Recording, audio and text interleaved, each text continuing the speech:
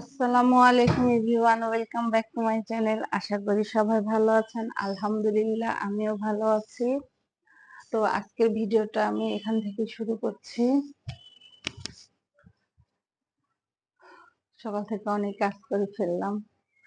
শুক্রবারের দিন হাজবেন্ড বাসায়, তো তাড়াহুড়া করে অনেক কাজ করলাম। রান্না প্রায় শেষের দিকে। ওয়াশিং মেশিনে কাপড় দিলাম।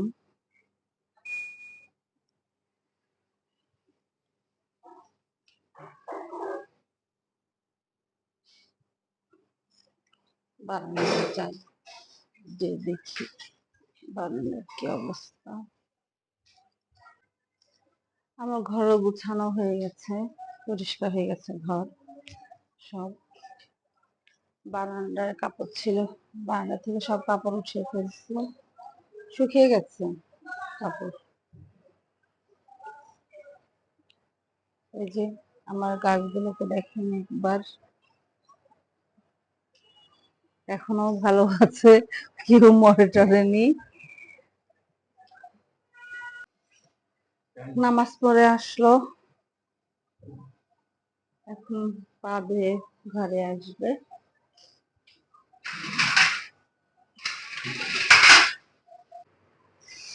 এই যে আমার হাজবেন্ডকে ভাত খাওয়াচ্ছি, ডিমের কুরমা, তারপরে সালাদ, এই যে মুরগির মাংস নিয়ে আসছি একটু একটু তুলে। সুদ্ধা নিয়ে আসিনি, কারণ ঘরে খাওয়াচ্ছি তো। আর আজকে আপনাদেরকে একটা সত্যি কথা বলে দিই, আজকে একটা সত্যি কথা আপনাদেরকে বলে দিই। আমার হাজবেন্ড বাসা থাকলে কখনোই কিন্তু হাত দিয়ে ভাত খায় না, সেটা রাতেই হোক আর দিনেই হোক। আমি খাওয়াই দিই, সে কখনোই খায় না। শুধুমাত্র মার্কেটে গেলে সে হাত দিয়ে ভাত খায়, এছাড়া সে আর হাত দিয়ে ভাত খায় না।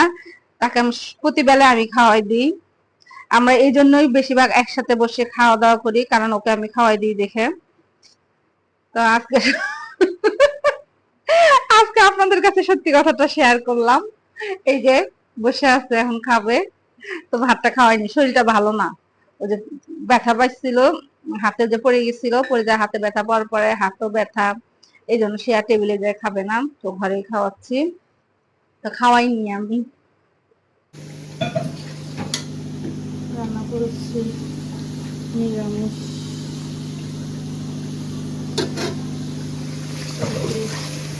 অল্প করে মাছ। আরো অনেক কাজ করেছি, কিন্তু ভিডিও নিতে পারিনি, অনেক ব্যস্ত ছিলাম, ঝামেলা ছিলাম।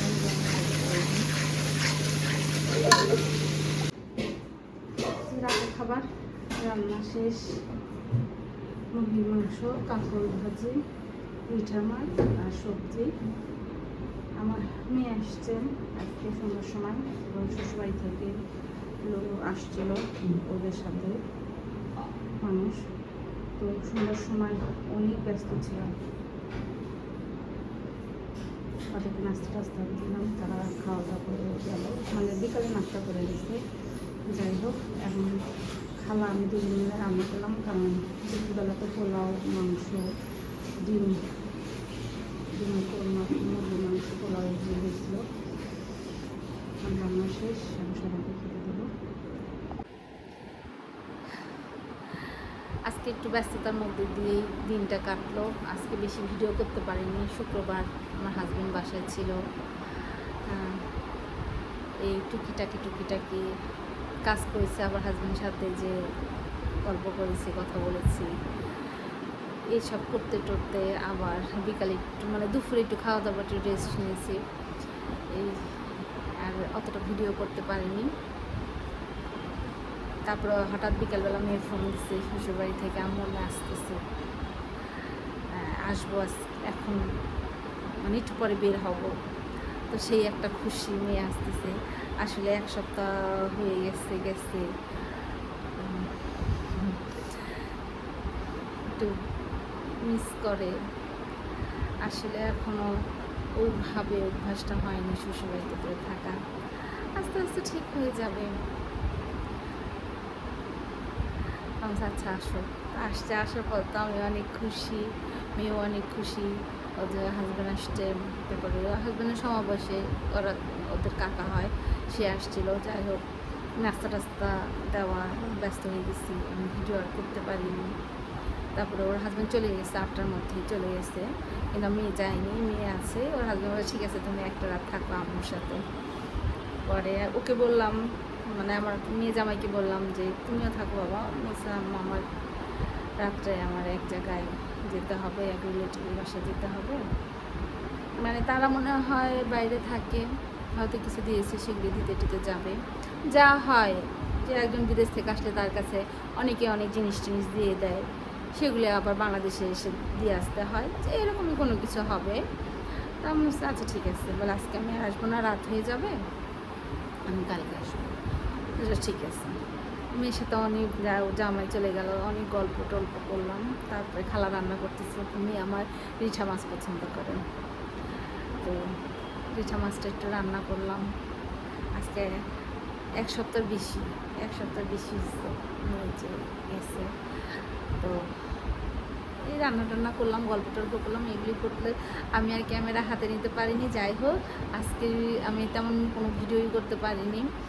তো তারপরেও যদি আমার ভিডিওটা আপনাদের ভালো লেগে থাকে, তাহলে ভিডিও দেখার পরে একটা লাইক দিন প্লিজ। আর যারা সাবস্ক্রাইব এখনও করেননি তারা সাবস্ক্রাইবটা করেন, শেয়ার করেন বেশি বেশি, আমার পাশে থাকেন, আমাকে সাপোর্ট করেন।